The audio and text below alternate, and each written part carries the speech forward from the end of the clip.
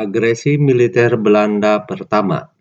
Di tengah-tengah upaya mencari kesepakatan dalam pelaksanaan isi persetujuan Linggarjati, ternyata Belanda terus melakukan tindakan yang justru bertentangan dengan isi persetujuan Linggarjati. Di samping mensponsori pembentukan pemerintahan boneka, Belanda juga terus memasukkan kekuatan tentaranya. Belanda pada tanggal 27 Mei 1947 mengirim nota ultimatum yang isinya antara lain sebagai berikut. 1. Pembentukan pemerintahan federal sementara, pemerintahan darurat secara bersama. 2. Pembentukan Dewan Urusan Luar Negeri. 3. Dewan Urusan Luar Negeri bertanggung jawab atas pelaksanaan ekspor, impor, dan devisa.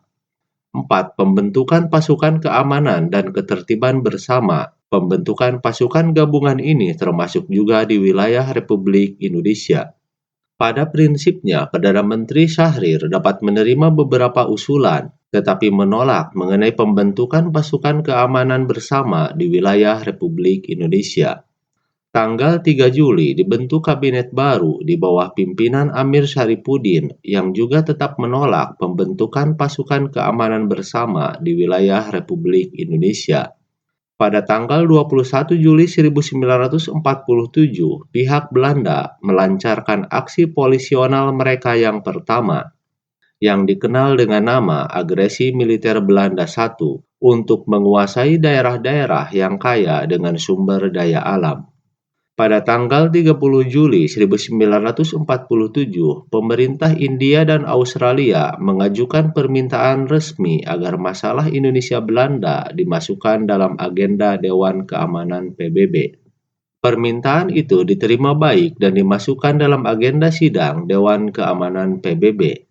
Tanggal 1 Agustus 1947, Dewan Keamanan PBB memerintahkan penghentian permusuhan kedua belah pihak dan mulai berlaku sejak tanggal 4 Agustus 1947.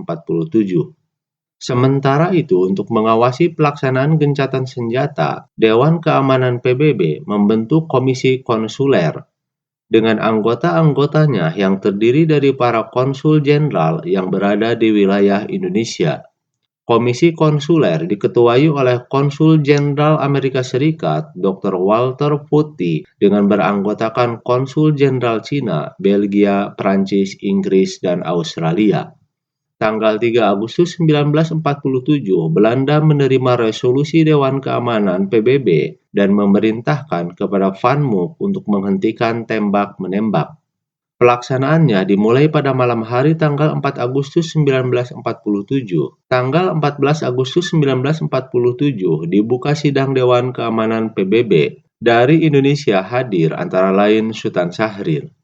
Dalam pidatonya, Syahrir menegaskan bahwa untuk mengakhiri berbagai pelanggaran dan menghentikan pertempuran perlu dibentuk komisi pengawas.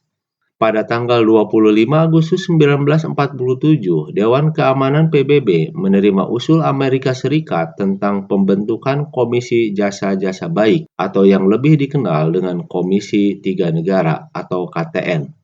Belanda menunjuk Belgia sebagai anggotanya, sedangkan Indonesia memilih Australia. Kemudian Belanda dan Indonesia memilih negara pihak ketiga, yakni Amerika Serikat. Komisi ini resmi terbentuk pada tanggal 18 September 1947. Australia dipimpin oleh Richard Kirby, Belgia dipimpin oleh Paul van Zeeland, dan Amerika Serikat dipimpin oleh Dr. Frank Graham.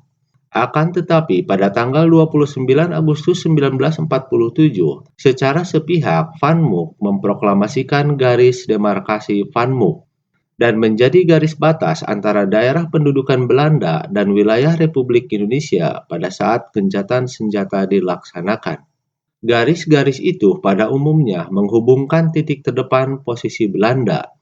Menurut garis Van Mook, wilayah Republik Indonesia lebih sedikit dari sepertiga wilayah Jawa, yakni wilayah Jawa Tengah bagian timur, dikurangi pelabuhan-pelabuhan dan perairan laut.